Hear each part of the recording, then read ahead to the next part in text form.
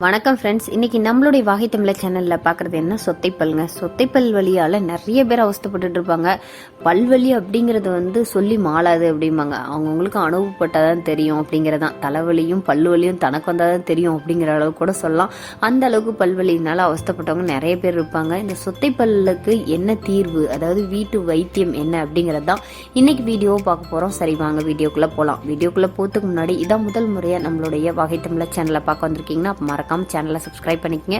நம்மளுடைய சேனல்ல மருத்துவ குறிப்புகளும் இயற்கை தொடர்பான பாரம்பரியமான உணவு பழக்கங்களையும் பதிவேற்றம் செஞ்சுட்டு வரோம். சேனலை சப்ஸ்கிரைப் பண்ணிட்டு பிளேலிஸ்ட்ல பாத்தீங்கன்னா நிறைய டாபிக் வைஸ் வீடியோஸ் இருக்கும், பார்த்து யூஸ் பண்ணிக்கங்க. சொத்தைப்பல் அப்படிங்கிறது எதனால ஏற்படுது அப்படின்னு பாத்தீங்கன்னா, பல்களை நம்மளால சுத்தமா வச்சுக்காததான் முதல் காரணம் அப்படின்னு சொல்லலாம். பல்ல சுத்தமா வச்சுக்காதனால நம்மளுக்கு உடனே என்ன ஆகுதுன்னா பல் ஃபுல்லா அரிக்க ஆரம்பிச்சிரும்.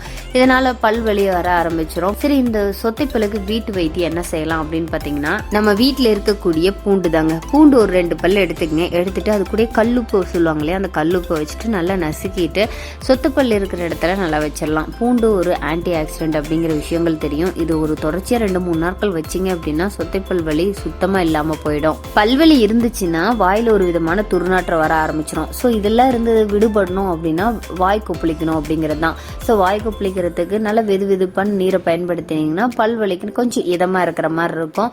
ஸோ இந்த வெதுவெதுப்பான நீர் கூட சிறிதளவு கல்லுப்பு சேர்த்து கொப்பளிக்கும் போது வாயில் ஏற்படக்கூடிய துர்நாற்றம் சுத்தமாகன்றோம். நம்ம பூஜைக்கு பயன்படுத்தக்கூடிய கற்பூரம் கூட பல்வலிக்கு சிறந்த தீர்வுன்னு தாங்க சொல்லலாம். சிறிய துண்டு கற்பூரத்தை எடுத்து அந்த பல்வலி இருக்கிற இடத்துல வச்சு அமுத்தினோம் அப்படின்னா பல்வலி கொஞ்சம் குறையறத உணர முடியும். அடுத்து எல்லாருக்கும் தெரிந்த ரொம்ப தீர்வு எது அப்படின்னு கேட்டீங்கன்னா கிராம்பு. அதாவது டூத் பேஸ்ட்ல கிராம்பு இருக்கா அப்படின்னு சொல்லிட்டு கேள்விப்பட்டிருப்போம். இந்த கிராம்பும் பல்வலிக்கு ஒரு நல்ல ஒரு தீர்வா சொல்லலாம். கிராம்பை வலி இருக்கக்கூடிய பல் மீது வைத்து நல்லா கடிச்சிட்டோம் அப்படின்னு வச்சுங்களேன், உங்களுக்கு பல்வலி சிறிதளவு குறையறத கண்டிப்பா உங்களால உணர முடியும். அடுத்து மஞ்சள் ஒரு நல்ல ஆன்டி பாக்டீரியா. அது மட்டும் கிடையாதுங்க, ஆன்டிசெப்டிக் பண்புகளை நிறைய கொண்டிருக்கு. அதனால இந்த மஞ்சளை கூட சிறிதளவு எடுத்துட்டு நீங்க அந்த சொத்தைப்பல் இருக்கிற இடத்துல வைக்கலாம். அதை வைக்கும் போதும் உங்களுக்கு என்ன ஆகுனா, அந்த உள்ள இருக்கக்கூடிய பாக்டீரியாக்கெல்லாம் இருக்கிறதுக்கு நிறைய வாய்ப்புகள் இருக்கு. இந்த மாதிரி ஆகும்போது சொத்தைப்பல் வலி சுத்தமா வராம போகும்.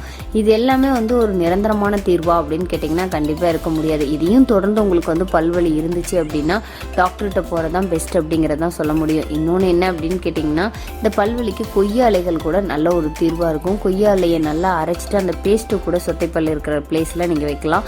அதுவும் ஒரு நல்ல தீர்வா இருக்கும் அப்படிங்கறதா சொல்ல முடியும்.